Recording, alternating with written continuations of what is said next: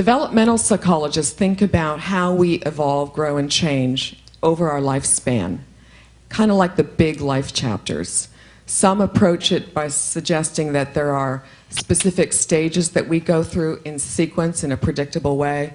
Others suggest that there are major life events and transitions that mark our lifespan, that in fact really are how we grow and develop. Here's a simple example. Now, the developmental psychologists have not yet defined stages for how we make meaning around wearing a bathing suit at the beach. So I'd like to suggest the following. When I'm 20, I want others to think I'm sexy. Okay? I'm looking for a mate, maybe even just a date. Okay? At age 40, I still really want to look sexy. But I want to have fun with my kids. I want to help them explore the world as they see it. By age 60, maybe some of us still want to look sexy. I certainly hope to be. But we also really want to stay healthy so we can keep coming back to the beach in a bathing suit. By the time we hit 80, we're saying, gosh darn it, I am just glad to be alive and on the beach. What the humanists have taught us is that we are wired to self-actualize. We yearn even to self-actualize and fulfill our potential and be our best selves. In fact, given the ideal conditions, we can do it as well. And among those ideal conditions are supportive relationships, empathetic, accepting relationships that help us be our best. So let's move on to the relationship component in the metaframe. I think you'd all agree that when it comes to our closest relationships, they are among the biggest forces for our growth and change in life. Our mates, our kids, our work colleagues. Given that I have roots as a biologist, I have used the DNA metaphor for defining well-being. And the double-stranded backbone represents our relationships, the backbone of our lives. The first rung of the ladder, or the base in DNA, is meaning, because for what is life without a purpose? Our strengths are important if we want to grow and develop. If we focus on them, we'll get a lot further and faster. Emotions, we need to be intelligent about our emotions. We need to cultivate positive emotions about our past, present, and future. And last but not least, we need an awful lot of physical energy and health to make all this work. Our DNA falls apart when we're unhealthy, and it thrives when we are. So now, what coaching Ds do we teach our coaches? There are three I want to talk about quickly.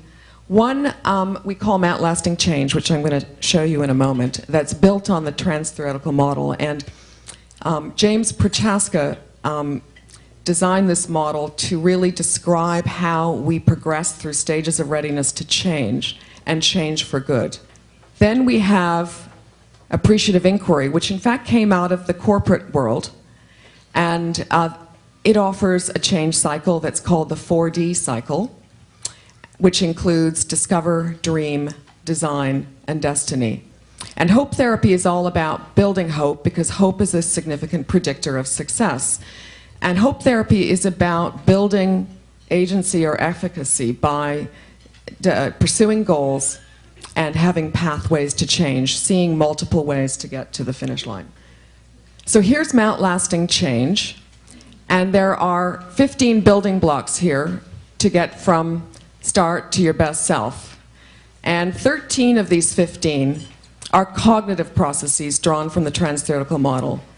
And that to say that there's a substantial amount of constructive work that goes into change, and changing for good. And one of the reasons that quick fixes don't work is because this work doesn't get done. We help people learn to be more emotionally intelligent, to notice mindfully their emotions, and instead of automatic pilot kinds of responses, to make more thoughtful choices.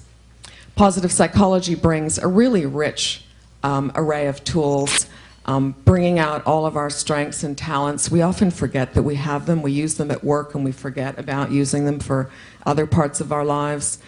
We need to build positive emotions around the past, being grateful, for instance, the present, savoring our days, and then also building hope and optimism for the future. Thinking about relational flow has led me to think about coaching sessions as having three parts. The warm-up, the workout, when we're actually really focused intensely on dancing around the issue du jour, and then the cool-down, when we really bring it home and help people figure out where do I go next, and specifically what am I going to do. So we now teach coaches around how to radiate warmth, empathy, confidence. So part of helping others build self-efficacy is radiating that, not because we say, I believe you can do it, but because we are being that with them. Then I really do want to at least make note of motivational interviewing as a model that brings a lot of interesting tools for coaches. It was built around counseling people to overcome addiction. But it's really all about helping people find their heartfelt desire, why they really care about being well, and get off the proverbial fence post of ambivalence, and often move out of decades of chronic contemplation. So when the coaching assignment is done, in 3 to 12 months usually, the coaching growth cycle is completed. People are healthier, happier, energized to live life fully and to perform better. But they don't our clients don't only get to reach their goals, they get a bonus. They get to change, they get to grow, and they get to develop.